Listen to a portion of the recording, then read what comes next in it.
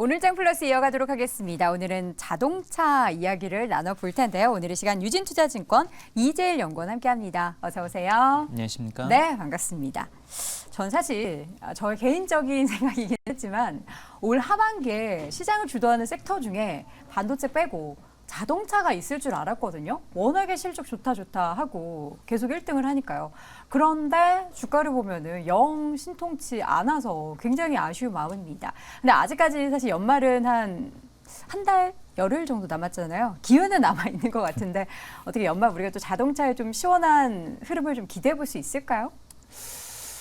시원한 흐름이 될지는 솔직히 잘 모르겠습니다. 근데 지금 상황을 봤었을 때 네. 말씀하신 것처럼 3분기도 실적이 굉장히 좋았었거든요.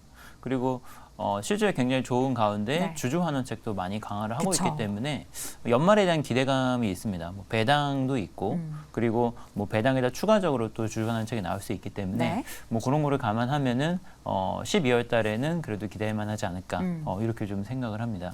그 현대차가 세계 브랜드 가치에서도 올해 3단계나 올라갔다라고 하는데 뭐 성적에 반영되지 않은 상이라고는 하지만 그래도 이거 좀 좋은 소식이라고 볼 수 있는 거예요?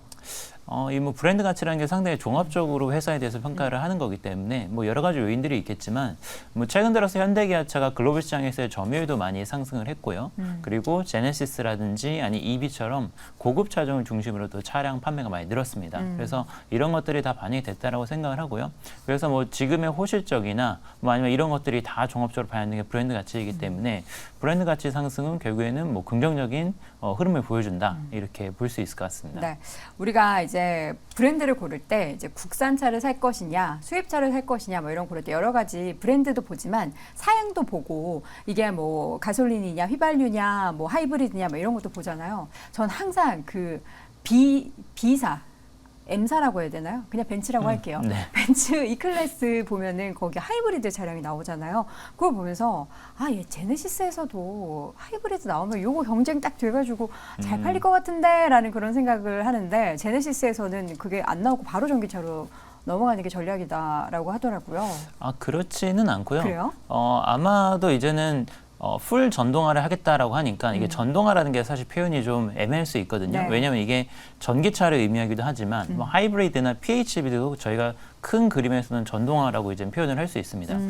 그래서 뭐 2030년에 되면은 100% 전동화를 하겠다라고 하면 이게 전기차로 다 가겠다라고 생각을 하실 수 있지만 네. 사실은 퓨어한 내연기관 차는 아니다.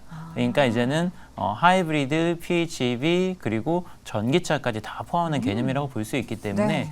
아마도 이제는 점진적으로 다 모든 라인업에서 하이브리드 차종을 다 도입하는 방향으로 가지 않을까 이렇게 좀 생각이 됩니다. 그렇게 되면 또 제네시스의 뭔가 위상이 판매량이 더 올라갈 것 같다라는 그냥 또 개인적인 생각을 저는 봅니다. 자꾸 개인적인 얘기해서 죄송합니다. 현대차의 최근의 움직임을 좀 봤습니다. 뭐 차트상의 움직임 보면은 실적이 정말 좋은 기업 맞나 싶을 정도로 주가가 하방이 들어서 고점 대비해서 계속 밀렸어요. 물론 최근에 반등을 보이긴 했지만 그 반등도 그동안 하락한 거에 비해서는 뭐 3분의 1도 거의 만회하지 못했는데 지금 보니까 수급적으로는 외국인 쪽에서 살짝 관심을 보이는 것 같기도 해요. 아닌가요? 외국인이 최근에 들어왔죠. 근데 뭐 계기를 보게 되면 결국에는 금리였던 것 같습니다. 네. 3분기 들어와서 실적이 좋았음에도 불구하고 주가가 하락했던 시기를 보면은 미국에서 장기 국채 금리가 이렇게 쭉 오르는 시기랑 좀 겹치거든요.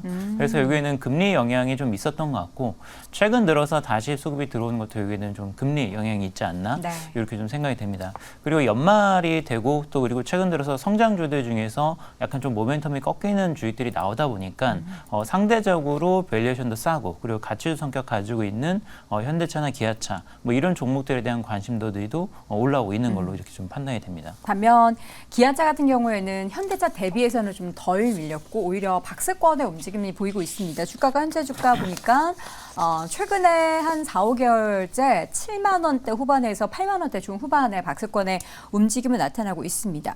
기아차가 상대적으로 더 잘 버티는 데는 뭔가 이유가 있을 것 같은데. 현대차의 좀 차이점을 보자면은 첫 번째는 일단 밸류에이션이 조금 더 싸다. 기아가 이제는 수익성이 현대차보다 올해 더 많이 좀 개선이 된 측면이 네. 있기 때문에 밸류에이션이 더 낮다라는 측면이 있고요. 그리고 현대랑 기아랑 배당 정책이 약간 차이가 있는 게 현대차 같은 경우에는 분기 배당을 줍니다. 그래서 1분기, 2분기, 3분기 때 이미 뭐 1,000원씩 분기 배당을 한 상태고요. 기아 같은 경우는 연말에 한 번에 이제 배당을 하기 때문에 연말만 넣고 본다면 사실은 배당 수익률이 기아가 더 높죠. 그래서 만약에 이제는 그런 주주 환원책이나 배당에 대한 기대감으로 투자를 하시는 분들이라고 하면은 뭐 현대차 EUV 같은 경우도 있기는 하지만 뭐 현대차 EUV나 아니면 기아가 상대적으로 더 매력도가 높다라고 판단했을 것으로 이렇게 좀 생각이 됩니다. 지금 시점에서 연말 또 배당에 대한 기대감도 있다라고 한다면 기아에 대한 관심도 계속해서 좀 뜨거워질 것으로 좀 예상을 해볼 수가 있겠습니다. 그런데 이제 자동차 쪽에서 결국에는 뭐 완성차 중에서 제네시스의 브랜드력도 워낙에 좋고 계속해서 호조를 보이고 있고 또 기존 내연기관차도 잘 팔리지만 결국 성장은 전기차 쪽에서 벌어져야 되기 때문에 전기차의 선두주자인 테슬라가 잘 해야지 그 시장이 또 잘 이끌어지고 그런 거 아니겠습니까? 지금 보니까 다양한 모멘텀은 있긴 한 것 같은데 뭔가 이게 딱 한 방을 자동차를 확 이끌 만한 얘기는 없는 것 같아서 그 부분도 저는 좀 아쉽습니다. 테슬라가 이제 3분기 실적이 시장 예상보다 좋기는 했지만 네. 뭐 작년이나 만약 2분기 대비해서 수익성이 많이 하락을 했죠. 그래서 수익성 하락 때문에 주가가 좀 조정을 받은 측면이 있고 그리고 뭐 멕시코 공장이라든지 아니면 사이버 트럭 관련해서 양산 플랜들을 조금 지연을 시켰습니다. 그래서 뭐 이런 것들이 좀 최근에 주가에 반영이 된 걸로 보이고요. 근데 11월 들어와서 다시 주가가 좀 반등이 나타난 이유를 보게 되면은 뭐 첫 번째는 아무래도 이제 슈퍼차저 네트워크 쪽으로 들어가는 이제는 어떤 충전기를 V4라고 하는 새로운 버전으로 이제 교체하는 이런 과정에 들어간 걸로 보입니다. 이 V4부터는 다른 이제 차저들까지도 호환성을 갖추는 옵션이 들어가기 때문에 GM이나 포드랑 이제 계약을 맺었었던 어떻게 보면은 서로 이제 충전 네트워크를 공유하는 이런 단계로 점차 넘어가고 있는 걸로 보이고요. 지금 시장에서 성장성이 좀 둔화되는 거 아니냐 뭐 이렇게 얘기가 되면서 가장 크게 문제점으로 지적되는 게 이 충전 네트워크 문제인데 서로 호환이 되게 되면은 이 부분이 좀 많이 해결이 될 걸로 좀 기대가 됩니다. 그리고 11월 30일이 되면은 테슬라 사이버 트럭의 첫 번째 인도가 있을 예정입니다. 그쵸. 그래서 사이버 트럭의 실물로 이제 공개가 되는 건 또 최초이기 때문에 여기에 대한 기대감들이 또 상당히 많이 존재하죠. 지금까지는 사이버 트럭이 어떤 식으로 나올지 또 가격대가 어떻게 될지 여기에 대해서 굉장히 좀 갑론을박이 있었는데 실제로 차가 나와서 굉장히 좋은 리뷰가 나온다라고 한다면은 어떻게 보면 이제는 앞으로 성장성에 대한 기대감이 다시 한번 또 불이 붙을 수 있기 때문에 이런 것들이 지금 단기적으로는 상당히 좀 중요한 모멘텀들이 될 것 같습니다. 네, 연말에도 모멘텀이 남아있는 전기차 쪽에 대해서도 좀 기대감을 계속해서 가져보도록 하겠습니다. 자동차 그리고 자동차 부품주 이야기로 좀 넘어가도록 할게요. 부품주 쪽에서는 보니까 좀 희비가 엇갈리고 있는 것 같아요. 그동안 전통 부품사 같은 경우에는 또 함께 출렁임이 좀 심했던 종목들도 있고 반면에 뭐 전기차나 새로운 모멘텀을 갖고 있는 종목들은 지금 견조한 모습을 보이는데 부품주 안에서도 올해는 좀 희비가 많이 엇갈렸죠. 올해는 사실 상반기 때는 중소형 부품사들의 수익성이 굉장히 좋았습니다. 수익률이 쫙 좋았었는데 네. 사실 2분기 실적 발표 이후로 중순부터는 상당히 좀 많이들 좀 조정을 받은 상황이고요. 지금 3분기 실적들이 발표가 됐는데 전반적으로 다들 실적이 좋았습니다. 3분기 때. 또 그래서 또 주가가 또 반등이 나오고 네. 이렇게 좀 엇갈리는 흐름입니다. 아무래도 지금 시점에서는 뭐 올해도 중요하긴 한데 이제 내년도를 봐야 될 것 같은데요. 내년도 이제 현대기아차를 좀 살펴보면은 여러 가지 모멘텀이 있지만 제일 중요한 거는 미국 신공장 증설이 될 것 같습니다. 미국 이제 조지아 EV 신공장이 2024년 10월부터 가동이 되기 때문에 거기에 동반 진출해서 추가 투자를 단행했었던 부품사들이 있거든요. 그래서 그런 부품사들이 미국 시장 성장의 수혜를 볼 수 있기 때문에 여기에 또 이제 관심을 가질 필요가 있을 것 같고요. 네. 그리고 25년도 얘기이기는 하지만 지금 인도 시장이 굉장히 빠르게 성장 속도가 나오고 있습니다. 인도가 지금 중국이 넘어서서 네. 글로벌 최대 인구 대국으로 올라섰고 그리고 지금 장터 수도 빠르게 올라오고 있거든요. 네. 현대차도 4공장이 25년도 가동을 하고 오늘 이제 발표된 내용, 어제 이제 발표된 내용을 보면은 도요타도 인도에 신공장을 또 짓겠다. 뭐 이렇게 얘기를 하고 있기 때문에 인도 시장도 또 지금 굉장히 또 성장성이 잘 나와서 이머징 쪽에서야 익스포저가 있는 부품사들 뭐 이런 쪽에 관심을 갖는 게 좋지 않을까 생각이 듭니다. 테슬라 같은 경우에도 2년 안에 인도에 공장을 완공하겠다라는 목표를 세웠잖아요. 이렇게 뭐 현대차뿐만 아니라 뭐 일본 기업, 우리나라 기업, 테슬라 할 것 없이 다 인도 쪽을 시장을 공략할 것으로 예정이 돼 있는데 거기서 누가 승기를 잡게 될지는 사실 아무도 모르는 거잖아요. 근데 인도 시장의 특수성은 뭐냐면은 네.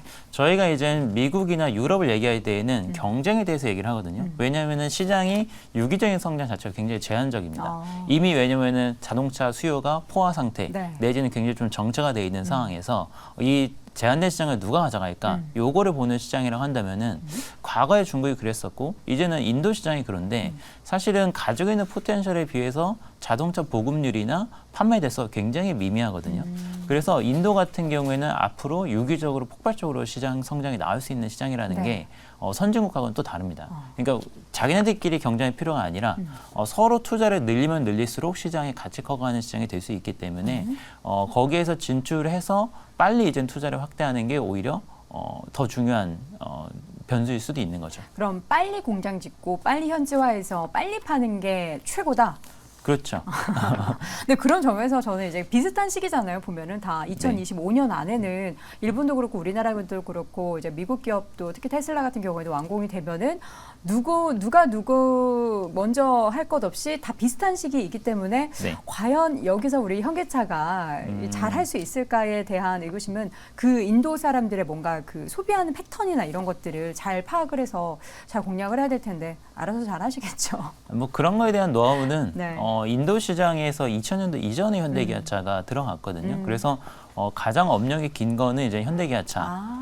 뭐 일본 업체에도 뭐 비슷하게 오래 있긴 네. 했었지만 아시아 메이커들이 훨씬 더 강점을 가지고 있다라고 볼 수 있고요.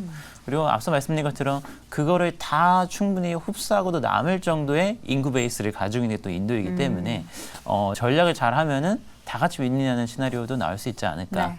이렇게 생각을 합니다. 알겠습니다. 중장기적으로는 이제 향후 2년 사이에 인도 시장에 있어서 얼마나 우리 현대차가 그 파이를 더 키워가게 될지 기대해 보도록 하겠습니다. 짧게 보면은 계속 뭐 작년에도 올해에 대한 소비 둔화 그리고 자동차 판매 감소에 대한 이야기가 나왔던 것처럼 상반기에도 하반기 지금 현대기아차의 실적은 피크아웃일 것이다. 그 이유는 소비 둔화 이야기를 항상 하고 있습니다. 관련해서 전망 어떻게 보십니까? 지금도 사실은 소비는 굉장히 강합니다. 여전히? 그러니까, 네, 여전히 이제 굉장히 강하고 미국 시장에서도 소비 열기가 쉽게 좀 꺾이지 않는 모습이기 때문에 그런 예측에 대해서는 사실은 굉장히 좀 평가가 어렵다. 그러니까 작년부터 계속 고금리 때문에 소비가 꺾일 거다라고 얘기를 했었지만 네. 실제로는 아직까지도 그런 모습이 전혀 좀 나타나고 있지 차량 않거든요. 판매에서 뭔가 좀 소강 상태를 보인다거나 이런 데이터는 안 나오나요? 네, 그런 것도 지금 없는 상황이고 계속해서 이제 판매는 잘 되고 있는 그리고 차량 가격도 이제 계속해서 좀 오르고 있죠. 3분기 같은 경우에 현대기아차 미국 시장 평균 판매 단가가 37,000달러였는데 상반기 때는 36,000달러대였기 때문에 조금 더 올랐네요. 오히려 이제 하반기 때 더 올랐습니다. 그래서 이게 뭐 경기가 꺾인다 하는데 실제로는 전혀 좀 열기가 식지 않고 있기 때문에 그 부분은 좀 실무 데이터로 확인하려면은 시간은 좀 걸릴 것 같기는 합니다. 이게 약간 또 집값처럼 좀 레깅이 있나요? 자동차 판매 수치 관련해가지고 조금 늦게 반영된다거나 뭐 3개월, 6개월 시차가 있다거나 이런 게 좀 있나요? 그런 건 없는데 저희가 이젠 통상적으로 금리 인상 효과가 나타나는데 뭐 짧게는 6개월, 뭐 길게는 1년 이상 걸린다라고 얘기를 하기 때문에 뭐 결국에는 이제 매크로 관점에서 좀 경기 침체, 뭐 저는 경기 둔화 요거에서 좀 해석을 하는 부분이고 자동차 쪽만 놓고 봤을 때는 아직까지는 좀 그런 시그널은 없다라고 볼 수 있습니다. 그럼 이재일 연구원님께서 보시기에는 3분기 실적 발표 이후에 자동차 관련한 실적 피크아웃에 대해서는 아니다 쪽으로 생각을 하시는 거네요. 실적 피크아웃은 아니다라고 일단 생각을 하고 있고 근데 물론 이제 환율 변수가 있기는 합니다. 네. 왜냐면은 원달러 환율이 영향을 받는데 점점 내려가고 최근 들어서 있죠? 1,300원 밑으로도 다시 내려가기 시작을 했죠. 그래서 환율 변수가 있다는 건 좀 부정할 수 없지만 그 외에 다른 지표들을 봤었을 때는 여전히 소비는 견고하다라고 일단은 좀 판단해야 될 것 같습니다. 환율 얘기 나왔으니까 일본 엔화는 계속해서 지금 바닥에서 올라올 생각을 안 하고 있잖아요. 네. 작년부터 시작된 그 엔저 때문에 이제 수출 관련해서도 우리가 일본 기업한테 좀 밀렸던 게 가격 경쟁력 때문이었는데 지금 상황에서 여전히 그 가격 경쟁력 때문에 우리나라 대비해서 일본이 훨씬 더 많이 판매를 하고 있는 상황인 거죠. 그렇지는 않습니다. 그래요? 그렇지는 않은데 이게 또 생각하고 조금 다른 부분이 일본이 좀 생산 차질이 많았었고 그리고 지금 혼다나 닛산 같은 일본 메이커들이 네. 미국 내에서 히트 차종이라고 할 수 있는 것들이 좀 제한적이에요. 거기다가 EV 라인업, 그러니까 전기차 쪽 라인업도 좀 부족한 상황이기 때문에 뭐 여러 가지로 시장 경쟁만 놓고 봤었을 때에는 아주 강력하게 치고 올라오고 있는 상황은 아닙니다. 네. 그래서 아마도 근데 내년도가 되면은 이제 일본 차들도 생산량도 올라오고 뭐 여러 가지로 이제 신차도 출시가 되기 때문에 점유를 올려가긴 하겠지만 지금 원화도 지금 만만찮게 약한 상황이기 때문에 환율에 따른 일본 차에 대한 부정적인 효과 이런 것들은 생각보다는 지금 크지는 않은 상황입니다. 자, 그렇다면 이제 4분기 실적을 감안을 해봤을 때 자동차 전반, 뭐 완성차도 좋고 부품주도 좋고 가운데 탑픽을 꼽아주신다면 어떤 기업이 매력적일까요? 뭐 일단 단기적으로는 12월 달까지 주주환원 정책에 좀 포커스를 맞춰서 기아차를 이제는 최선주로 추천을 드리고요. 내년도로 가면 갈수록 미국 공장 증설 이런 것들이 다가오기 때문에 아까 말씀드린 이제 미국 공장 증설 수혜가 있는 부품주들, 그러니까 대부분 다 현대기아차 쪽으로 익스포저가 큰 기업들이 되겠죠. 예를 들어서 뭐 현대위아나 뭐 이제 뭐 SL, 서현이아 뭐 이런 종목들 이런 것들이 이제는 내년도에 좀 다시 한번 부각을 받을 거다 이렇게 좀 생각을 합니다. 어떻게 보면 연말에 단기적으로는 기아의 주가의 상승의 모멘텀이 좀 더 기대가 되고 중기적으로 봤을 때 내년까지 좀 멀리 본다면 부품사들에 있어서의 퍼포먼스가 향후 기대가 된다라는 말씀으로 정리해 보도록 하겠습니다. 자, 오늘 자동차주 전반에 대한 이야기를 쭉 들어봤고요. 오늘 이 시간 유진투자증권 이재일 연구원 함께했습니다. 고맙습니다.